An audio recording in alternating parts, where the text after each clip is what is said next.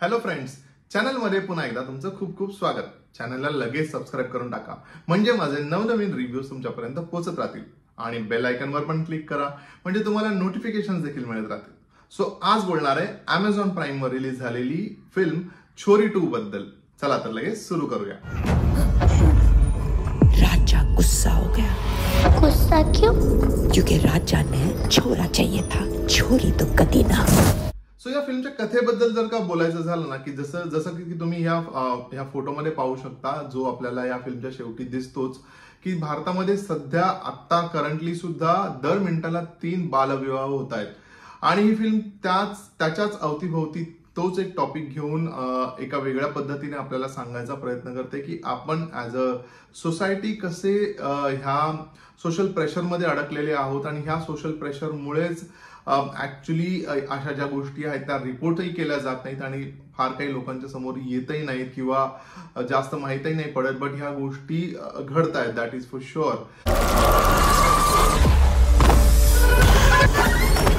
ईशानी और साक्षी कहाँ है? इसके साथ जो हो रहा है वो गलत ना है, वो प्रथा है हमारी. आणि ह्याच गोष्टींना घेऊन एक म्हणतात ना, एक हॉरर जॉनरच्या थ्रू ही गोष्ट सांगण्याचा प्रयत्न ह्या फिल्मच्या दिग्दर्शकाने केलाय.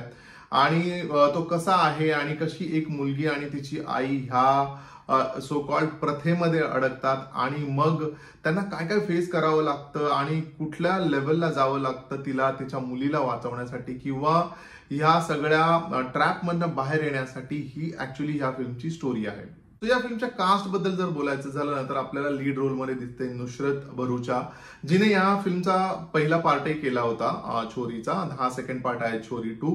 आणि याच्यामध्ये तिने actually she has delivered a very fine performance, I would say.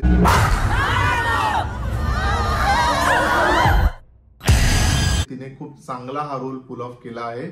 आणि विथ हर इमोशन्स म्हणा किंवा एवढा हॉरर जॉनर आहे, त्यामुळे खूप इंटेन्स काही सीन्स आहेत तेही तिने खूप चांगल्या पद्धतीने पुल ऑफ केलेत.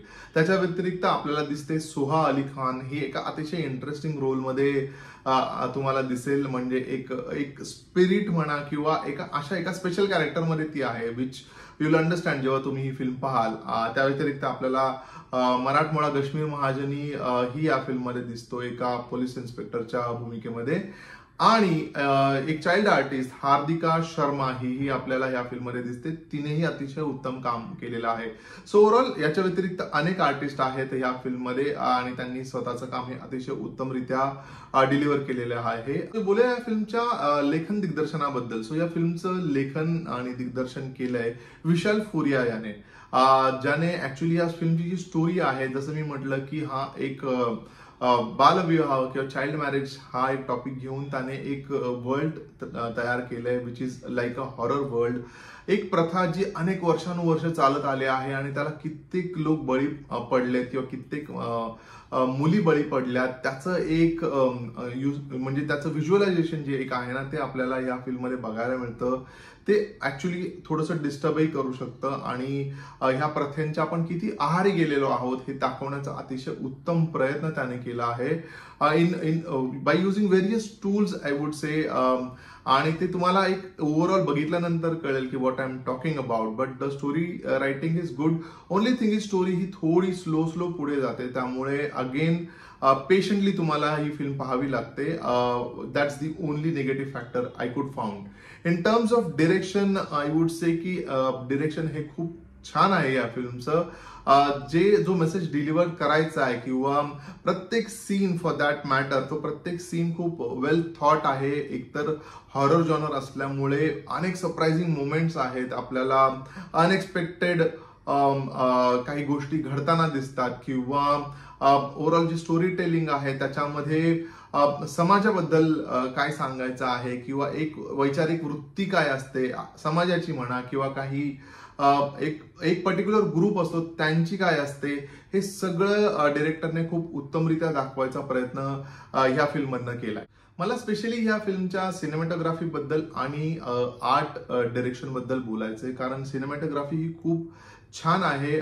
छान इन द सेन्स की आपल्याला खूप जागी ते पटकन सरप्राईज करणं किंवा झटका देणं असं म्हणतात ना, अशा पद्धतीने. ऑफकोर्स हॉरर जॉनर आहे तर हे एक्सपेक्टेड आहे, पण ती एक अंगावर येण्यासारखी जी असते ना, अशा पद्धतीचे काही काही सीन्स नक्की केले गेले आहेत. त्यानंतर ह्या फिल्मच्या आर्ट डिरेक्शन बद्दल मला बोलायचं आहे, कारण ह्या फिल्ममध्ये जो सेट डिझाईन केला गेला किंवा जे लोकेशन्स आहेत किंवा जे स्पेशल रूट्स क्रिएट केले गेले आहेत, ऊसाच्या शेतामध्ये बराचसा पोर्शन शूट झालेला आहे आणि त्याच्यानंतर तिथून एक नॅव्हिगेशन आहे, तिथून अनेक रस्ते आहेत, जे दाखवताना सिनेमॅटोग्राफरने मेक शुअर केलं की हे दिसतानाही भयानक, थोडं भीती वाटणारे दिसले पाहिजेत.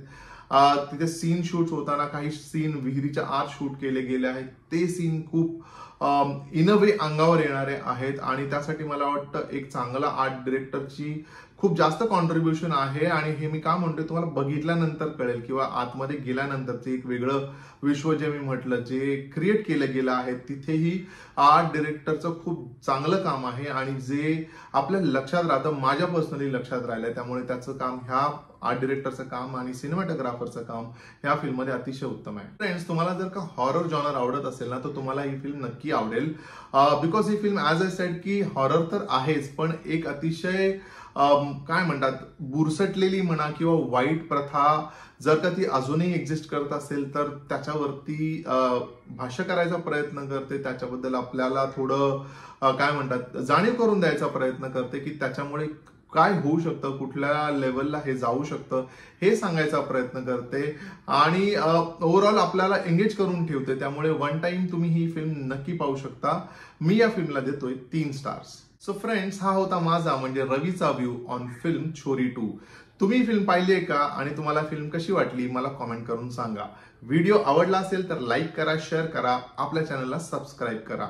आपण भेटूया लवकरच. तोपर्यंत स्टे ट्यून.